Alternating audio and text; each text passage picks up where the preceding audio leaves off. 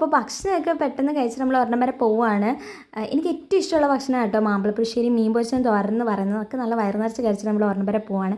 എനിക്ക് ആധാറിൻ്റെ കാര്യത്തിലും പിന്നെ ഫ്രണ്ട്സിന് PSC രജിസ്റ്റർ ചെയ്യാനും അങ്ങനെയുള്ള കുറച്ച് കാര്യത്തിന് വേണ്ടി പുറത്തിട്ട് ഇറങ്ങിയത് എൻ്റെ കൂടെ +2 പഠിച്ച കൂട്ടുകാരുടെ കൂടെ കേട്ടോ.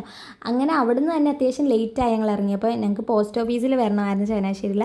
അവിടെയും പോയ കാര്യം നടന്നില്ല. പിന്നെ റവന്യൂ ടവറിൽ ചെന്നു. പക്ഷെ 5 മണിയാകുമ്പോൾ റവന്യൂ ടവർ അവരുടെ ഡ്യൂട്ടി കഴിയും. പക്ഷെ എന്നിട്ട് നമ്മൾ ചെന്നിട്ട് നമുക്ക് ചെയ്തു തരേണ്ട കാര്യം അവർ ചെയ്തു തന്നു കേട്ടോ. നമ്മൾ 5 മണിക്കാണ് കറക്റ്റ് കയറി ചെന്നത്.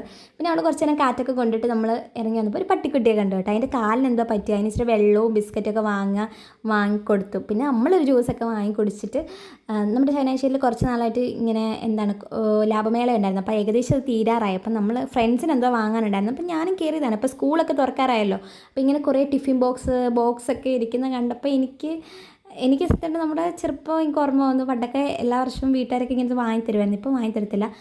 എനിക്കിതൊക്കെ വാങ്ങണമെന്നുണ്ട്. പക്ഷേ ഇതൊക്കെ വാങ്ങിക്കൊണ്ട് ഞാൻ വീട്ടിൽ ചെന്ന് കഴിഞ്ഞാൽ എൻ്റെ അമ്മ എന്നെ തല്ലും. എന്നിട്ടും ഞാൻ ഒരെണ്ണം വാങ്ങി കേട്ടോ എൻ്റെ ഒരു ആഗ്രഹത്തിൽ. തിരിച്ച് വന്നിട്ട് വരുന്ന വഴി ഇത് കളിപ്പാട്ടം ഇരിക്കുന്ന കണ്ടിട്ട് സത്യമായിട്ട് എനിക്കെല്ലാം വാങ്ങിക്കൂട്ടണമെന്നുണ്ട്.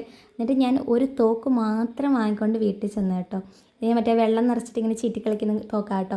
വേറെ കുറേ സാധനമൊക്കെ ഞാൻ നോക്കിയായിരുന്നു. പക്ഷേ അപ്പോഴത്തേന് വീട്ടിൽ നിന്ന് കോൾ വന്നു. ഇല്ലായിരുന്നെങ്കിൽ ഞാൻ വേറെ എന്തെങ്കിലുമൊക്കെ വാങ്ങിയേനെ. പിന്നെ ഇതൊക്കെ വാങ്ങിക്കൊണ്ട് പിന്നെ വീട്ടിലോട്ട് പെട്ടെന്ന് നടക്കുമായിരുന്നു കേട്ടോ.